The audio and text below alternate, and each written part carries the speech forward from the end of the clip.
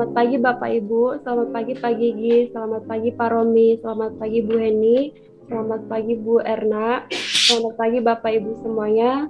Terima kasih pada kesempatan pada pagi hari ini bisa hadir di presentasi produk kita pada pagi hari ini yang dibawakan oleh Dr. Hewan Krisna dengan presentasi produk Lipakok. Apa sih Lipakok itu? Oleh karena itu kita langsung dengarkan presentasi dari Pak Krisna. Untuk waktu kami persilakan Pak Krisna. Terima kasih atas waktunya Bu Tina. Assalamualaikum warahmatullahi wabarakatuh. Selamat pagi, salam sejahtera untuk kita semua. Pertama-tama kita panjatkan syukur kepada Tuhan Yang Maha Esa atas rahmatnya kita bisa dipertemukan kembali pada meeting presentasi produk pada pagi hari ini. Saya perkenalkan, saya Krisna dari Surabaya, Jawa Timur. Akan menjelaskan tentang salah satu produk dari PT Swadesi Chandra Sentosa. Produknya yaitu vaksin Lipakok, vaksin Koksi.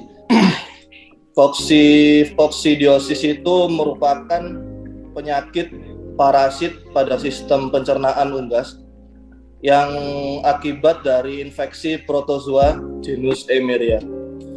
Jadi penyakit ini sudah menyebar dan menjadi momok bagi para peternak karena kerugiannya itu bisa menyebabkan yang sangat besar dari segi ekonominya. Terus koksidiosis juga ini akan menyebabkan pertumbuhan unggas yang tidak optimal karena menurunnya efisiensi penyerapan nutrisi pakan, dan saat kejadian kronis juga akan menyebabkan kematian yang cukup tinggi. Dari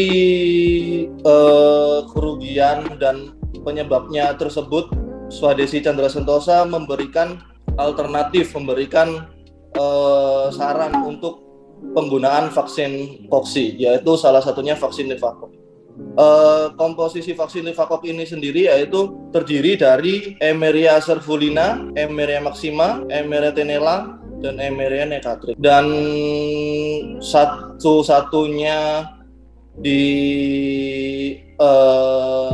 satunya vaksin yang koksidiosis aktif yang dilemahkan. Lalu pada setiap Eimerianya terdiri dari 300 sampai 500, kecuali Eimeria necatrix terdiri dari 100 OKIS. Lalu terdiri dari pelarut klomanis B 1 mg dan air 0,1 ml. Jalur-jalur Eimeria dalam Lipakok itu sendiri diambil salah satunya Eimeria cervulina, galur CHP 72/89. Isolatnya itu berasal dari peternakan ayam Chowtown, Bohemia Tengah yang dikoleksi tahun 1972 dan di Preciousness tahun 1989. Lalu Eimeria maxima jalur J MN 82/88, isolatnya dikoleksi di Modletis Agricultural Cooperative Farm di Jesenis Pregue tahun 1982. Eimeria necatrix galur NHUK 9495 diisolat dari Nevis di Bohemia Tengah yang dikoleksi tahun 1924 dan isolat yang dibeli dari UK. Lalu yang untuk Eimeria tenella jalur CHEA, isolatnya berasal dari peternakan ayam di Chowtown, Bohemia Tengah tahun 1978 yang merupakan galur embrio adap. Jadi untuk pengaruh koksidiosis tersebut terhadap ayam adalah dari setiap spesies berbeda. Dari Eimeria cervulina itu untuk bisa mempengaruhi dari segi FCR. Lalu Eimeria brunetti itu tidak terlalu signifikan pengaruhnya. Eimeria maxima dia signifikan dari segi mortality atau kematiannya. Eimeria mitis itu tidak terlalu signifikan untuk pengaruhnya. Eimeria necatrix dia signifikan terhadap mortality atau kematian pada umur 9 minggu ke atas. Eimeria precox itu tidak terlalu signifikan. Lalu Eimeria tenella dia juga signifikan terhadap mortalitasnya. Ini adalah tempat dari lokasi lesi dari setiap emerianya. Ini ini gambar foto yaitu dari nekropsi dari kasus Emeria. Kita lihat terdapat Emeria sorvulina itu lesi skornya ada 2. Itu di duodenumnya. Jejunum. Lalu Emeria tenella itu sesukum, lalu Emeria necatrik di sepanjang usus, lalu Emeria maxima juga di sepanjang usus. Dari sistem kekebalannya itu tersendiri yaitu ada koksidia itu merupakan parasit intraseluler. Kekebalan yang dibentuk diperankan oleh sistem kekebalan perantara sel, yaitu sel yang disebut sel mediated immunity. Tidak ada cross immunity, lalu dia sifatnya competitive exclusion. Dosis dan pemberian diberikan pada ayam umur 1-10 hari. Pemberiannya per oral via air minum, jadi larutkan 10 ml vaksin dengan 10-20 liter air untuk 1000 ekor ayam.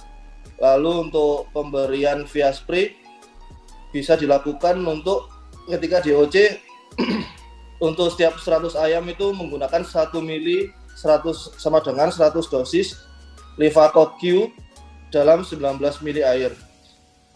Juga tambahkan sedikit pewarna makanan. Jadi cara kerja Livacoq itu sendiri yaitu Livacoq kan terdiri dari 300 sampai 500 ookis yang sudah mengalami attenuated. Terus siklus hidupnya koksidia itu berkisar 4 sampai 7 hari. Jadi liter dipenuhi oleh attenuated ookista, lalu akan ditelan oleh ayamnya, lalu akan masuk dan dalam 14 hari kekebalan sudah terbentuk. Jadi attenuated ookista itu akan lebih sensitif terhadap antikoksidia. Jadi tidak diperbolehkan atau tidak disarankan untuk selama siklus koksi itu menggunakan antikoksi. Lalu ayam aman akan dari wabah koksi. Berikut ada vaksin koksi yang beredar, yaitu kita bisa lihat sendiri. Di antaranya ada Livacoq T, Paracoq 5, Coxivac B, Immunocoq C, Nobilis COX, Vac M, lalu Livacoq Q punya kita, Paracoq E, Coxivac D, Immunocoq C2. Terima kasih presentasi produk pada pagi hari ini. Apabila ada yang dipertanyakan dan didiskusikan lebih lanjut, silakan, tempat dan waktu saya persilakan. Terima kasih. Baik, terima kasih Pak Krisna untuk presentasinya. Beberapa tadi tuh banyak banget manfaat dari Livacoq tuh ya. Mungkin untuk Bapak Ibu ada yang mau bertanya, waktu dipersilakan Bapak Ibu. Terima kasih untuk waktunya. Saya ada pertanyaan. Ya, Bu Rida. Untuk Pak Krisna. Saya Rida dari Bogor mempunyai pertanyaan untuk Pak Krisna yang telah menjelaskan tentang vaksin Livacoq. Jadi tadi sudah disebutkan bahwa vaksin Livacoq kita itu ada oositnya itu 300 sampai 500 ya. Iya. Untuk 3 jenis Emeria kecuali nekatrik ada 100. Ya. Yang ingin saya tanyakan adalah setelah kita melakukan vaksin berapa lama kita boleh cek OPG-nya, dan untuk breeding berapa kira-kira OPG yang aman untuk ayam. Itu pertanyaan yang pertama. Kemudian saya lanjut pertanyaan yang kedua. Kalau seandainya ada outbreak, apa yang kita lakukan? Karena kan selama proses vaksin kita tidak boleh memberikan antikoksi ataupun pengobatan. Begitu Pak Krisna. Terima kasih. Ya, terima kasih banyak Bu Rida atas pertanyaannya. Jadi untuk berapa lama sih kita bisa melakukan cek OPG waktu setelah vaksin? Jadi cara kerja dan sistemnya OPG itu kan untuk mendeteksi jumlah ookis per gram dalam feses ayam di kandang. Jadi untuk biasanya itu dia rutin, Bu. Jadi antara 2 minggu atau 4 minggu atau 6 minggu gitu melakukan OPG. Jadi kita bisa melakukan OPG itu setiap minggu bisa.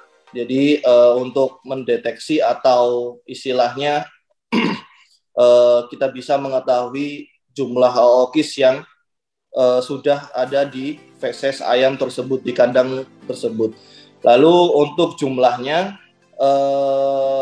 jumlah yang dikatakan aman itu di bawah 500.000 ookista per gram. Jadi kalau misalkan di atas 500.000 itu sudah danger, istilahnya sudah perlu dilakukan suatu treatment. Dan untuk mencegah dari kenapa sih? Karena habis dari vaksin Livakok kan tidak boleh ada penggunaan dari baik antikoksidial atau lainnya ya, yang semacam koksidiostat. Jadi untuk menghindari ya, dan atau untuk mencegah adanya terjangkit tersebut, kita bisa mencegah dari salah satunya kita bisa melakukan sanitasi dan kebersihan dari kandang. Jadi sanitasi itu akan difokuskan pada pembuangan atau pembersihan peralatan kandang yang tercemar, karena ookista itu kan resisten, Bu, terhadap desinfektan ya. Apabila kandang postal itu tempat minum juga agak bisa ditinggikan, jadi agar bisa tidak tercemar dari kotoran ayam pada saat ayam itu melakukan defekasi.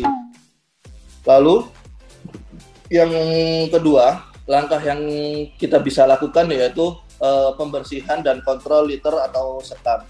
Jadi liter sebaiknya diganti atau ditambah secara teratur, Bu, dengan tujuan kita bisa mengurangi konsentrasi feses atau cemaran ookista yang di dalam liter. Jadi kondisi liter itu tidak boleh di dalam keadaan basah, Bu. Jadi harus dalam keadaan kering. Jadi untuk itu apa gunanya sih? Jadi untuk mencegah ookista yang bersporulasi. Lalu yang ketiga, menjaga kecukupan udara dan ruang bagi unggas.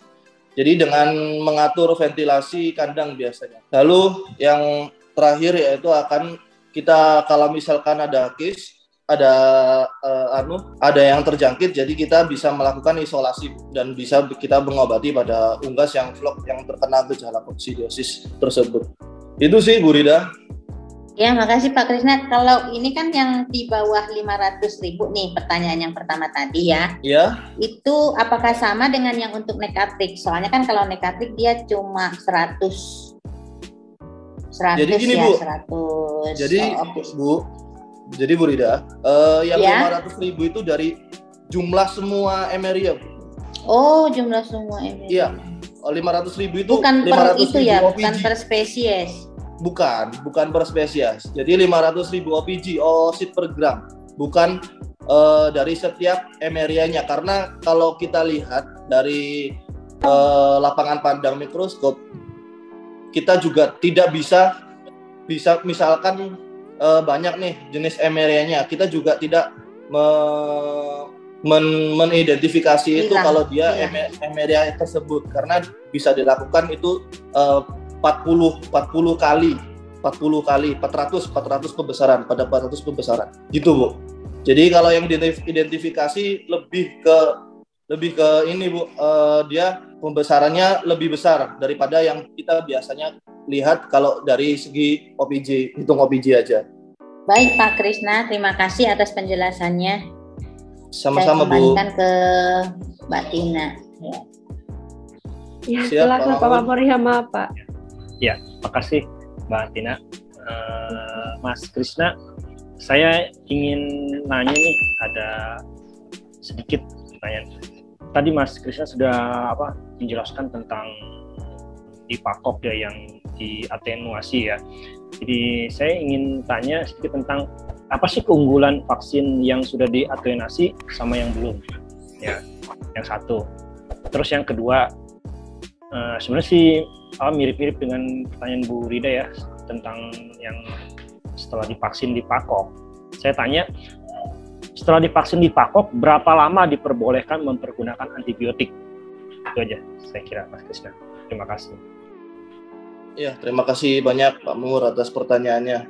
Jadi kelebihan dari vaksin alternatif itu sendiri yaitu saya bisa coba menjelaskan dari gimana sih secara patogenetisnya secara alternatif itu, yaitu jadi penurunan atau pengurangan kemampuan suatu organisme untuk menyebabkan penyakit pada organisme yang diinfeksinya. Jadi dia itu cara kerja alternatif itu dia bertujuan untuk memberikan perubahan pada antigen yang bertanggung jawab untuk merangsang kekebalan protektif, Pak. Jadi kita seperti yang kita tahu kan, kekebalan tubuh kan bisa dibagi dua, kekebalan aktif sama kekebalan pasif. Jadi kekebalan aktif itu bisa dibentuk oleh tubuh kita sendiri, lalu tubuh itu membentuk antibodi. Jadi karena adanya infeksi dari benda asing, lalu kekebalan pasif itu jadi merupakan kekebalan yang diperoleh dari luar tubuh yang dimasukkan ke dalam tubuh kita seperti pemberian vaksin tersebut. Jadi metode atenuasi itu akan membangun sel-sel pada ayam untuk development prematur, Pak. Jadi kedewasaan sebelum waktunya. Jadi pada koksi itu akan mengurangi produksi ookista itu sendiri. Lalu selain itu akan juga mengalami adaptasi pertumbuhan untuk jangka panjang pada embrio ayamnya. Jadi untuk keuntungannya itu sendiri, produksi ookista juga akan lebih tinggi daripada galur dewasa yang sebelum waktunya. Nah itu, kalau misalkan ada case, ada ini, ya kita balik lagi menerapkan tentang tindakan biosecurity dan pemberian vaksin secara tepat dan teratur. Jadi kita evaluasi biosecurity-nya, lalu pemberian vaksinnya itu apakah benar, apakah tepat, atau gimana dosisnya. Jadi kita lakukan evaluasi itu, lalu secara manajemen kandang. Jadi kita yang saya coba bicarakan tadi, yang sudah saya bicarakan tadi sama Bu Rida, kita bisa melakukan langkah-langkah tersebut. Dari salah satunya itu ada memperhatikan tentang biosecurity di kandang, meningkatkan sanitasi, lalu pembersihan kontrol liter atau sekam, terus habis itu menjaga kecukupan udara dan ruang bagi unggas dengan mengatur ventilasi udara di kandang. Lalu misalkan ada yang terkena gejala koksi, kita juga akan mengisolasi pada ayam yang tidak terkena, lalu mengobati ya obat koksi lah istilahnya. Itu Pak. Ya baik. Terus itu apa namanya tadi untuk itu masa waktu pemberian antibiotiknya itu Pak, yang keduanya itu kira-kira kalau misalnya dalam keadaan nggak ada kasus gitu Pak ya, terus kita boleh nggak kasih antibiotik, misalnya antibiotik yang lain seperti antibiotik pencernaan, amoxicillin ataupun yang lain, kira-kira boleh nggak Pak? Kalau itu tujuannya untuk apa dulu Pak Mamur? Misalkan tujuannya untuk cleaning ya, untuk cleaning ya tidak apa-apa karena kan dia tidak mengandung antikoksidin. Oke, siap. Oke, makasih Mas Krisna. Siap. Dari mana Pak Makmur jawaban dari Pak Krisna? Sudah cukup Mbak Tina. Baik Pak, terima kasih Pak Makmur.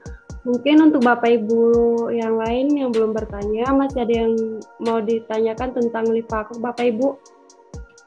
Kayaknya sudah tidak ada lagi yang mau bertanya ya.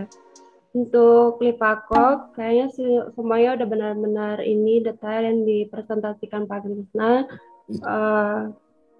Baik, karena mengingat waktu kita udah hampir habis, mungkin untuk presentasi hari ini mengenai Lipakok kita akhiri sampai di sini. Terima kasih untuk Pak Krisna. Kesimpulannya bisa disampaikan Pak Krisna? Jadi kesimpulan pada presentasi produk pada pagi hari ini yaitu, jadi kita bisa ketahui sendiri, koksi itu kan merupakan momok bagi para peternak ya, yang bisa merugikan kerugian ekonomi yang sangat besar dari segi kematian, dari segi produksi nanti di masa produksinya. Pencegahan koksi ini sangat bisa dilakukan bagi para peternak. Jadi salah satunya kita bisa menerapkan tindakan biosecurity dan melakukan vaksin secara tepat dan teratur. Jadi selain itu langkah-langkah yang bisa kita lakukan untuk menghindari, untuk mengatasi wabah koksidiosis, yaitu manajemen kandang itu dari manajemen kandang itu sendiri, yaitu bisa kita meningkatkan sanitasi dan kebersihan kandang, lalu pembersihan dan kontrol litter atau sekam, lalu menjaga kecukupan udara dan ruang di kandang dengan mengatur ventilasi di kandang. Dan bila terjadi koksidiosis, adanya gejala koksidiosis, kita langsung mengisolasi dan langsung melakukan treatment. Itu Bu, terima kasih banyak. Baik, terima kasih Pak Krisna. Terima kasih Bapak Ibu semuanya untuk presentasi produk Lipakok kita pada pagi hari ini. Kita akhiri. Sampai ketemu di hari Senin. Untuk presentasi hari Senin mungkin dibawakan oleh Bapak Ramanto. Terima kasih atas waktunya. Terima kasih Pak Krisna.